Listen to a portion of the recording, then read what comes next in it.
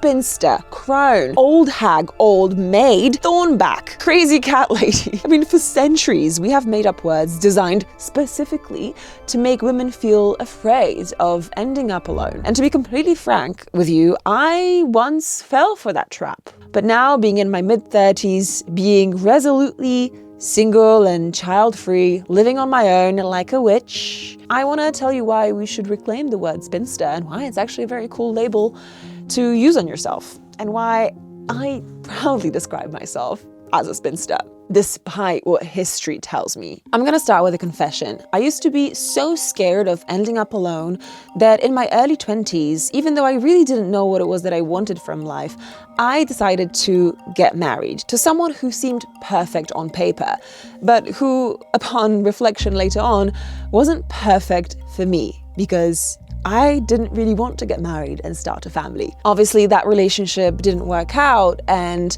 as I progressed into other relationships later on in life, in my late 20s and in my early 30s, I kind of had this sense that I wasn't sure if I really wanted to be with anyone, but I was, again, so terrified of being alone and like missing the boat that I almost preferred to be unhappy in those relationships than to be single, or even consider the possibility of being single. And this is because the idea of ending up alone as a spinster, as an old maid, as a crazy cat lady was so deeply ingrained in my mind that I felt like it was the worst possible outcome for a woman, was to live on her own and end up alone. I'm sure that there are so many women out there who fear being single more than they fear being unhappy. And that just sounds really off to me. Let's spend a little moment detangling the word spinster. See what I did there? So originally, the word spinster literally just meant a woman who supported herself by spinning yarn. So spinning was paid work, and therefore women who used to do that work had their own independent means of supporting themselves. They had an income, and they didn't need to rely on a man or marriage to support them. The word spinster was actually a relatively neutral label for a woman, and it even appeared on legal documents to describe unmarried, independent women. Now, of course, independent women with their own income who don't need to rely on a man are much harder to control. So the word eventually became an insult. And there's a pattern there when we start to look at the words that our society has used historically for women who live independently, on their own, alone, without a family or without a man. Words like old maid and old hag and, past her prime and used goods. All those really horrible images that we apply as labels to women who simply made a very different life choice.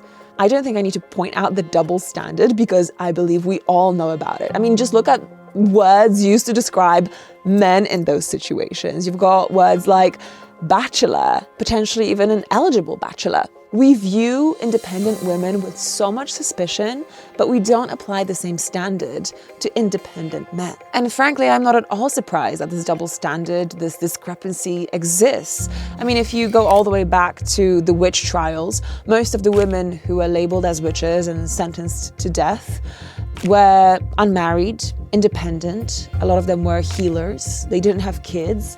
They lived alone, just like the spinsters of today.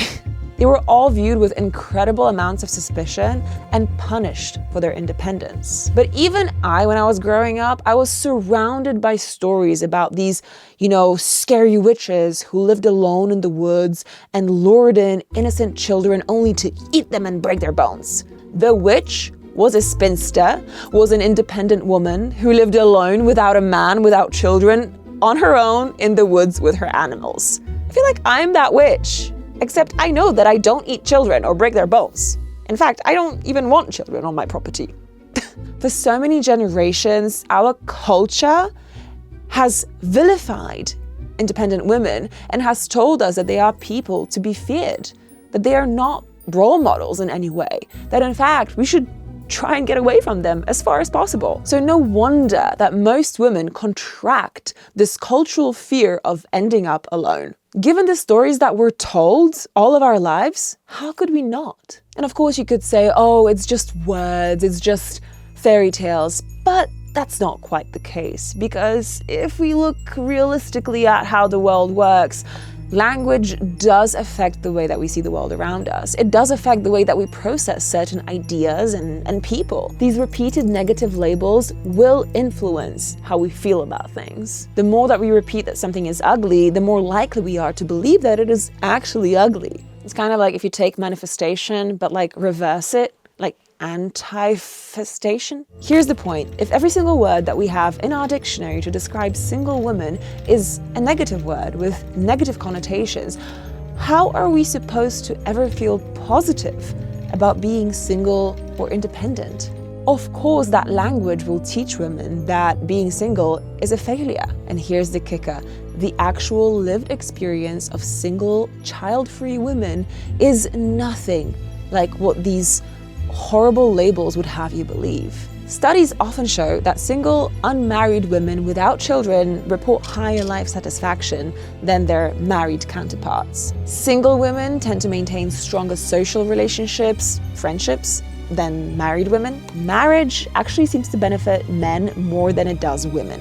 Women often end up carrying more unpaid and emotional labor than men in a marriage, and single women report more autonomy and more personal growth. So that cultural fear that has been instilled in us doesn't actually match the lived experiences of women, the actual data that scientists have collected. In a lot of the things that I do, I try to rewrite the narrative behind the idea of a spinster, or just simply behind the idea of independent women doing it alone. And in my memoir, The Wilder Way, that's just coming out, I write about this extensively. You know, the challenges and struggles of coming to the realization that I can, in fact, be alone and be single and be happy, that all those things can exist at the same time. So here's why I am reclaiming the word spinster. Originally, the word spinster was a positive word. It was a word used to describe women who were freer, who had more autonomy, more financial independence, who didn't have to rely on other people to help them survive. In a nutshell, being a spinster meant having freedom. And frankly, that doesn't sound like an insult at all. That actually sounds great. Now, being in my mid-30s, you know, actively choosing not to have children, living on my own in the woods, I'm kind of looking back at my life and realizing that the younger version who used to fear ending up alone so much just didn't know that there was a different way to live. She hadn't yet seen through that demonized idea of the witch in the woods or the spinster. Now I see through it all, and I see that society has long feared strong, independent women who didn't need to rely on the traditional values and traditional systems in order to thrive. To me, the word spinster is synonymous with the word freedom. And if being a spinster means that you end up building a life that is yours, truly, truly yours, then of course I'll take it. And honestly, I feel like the spinsters of the world should unite and create a spinsterhood of sorts.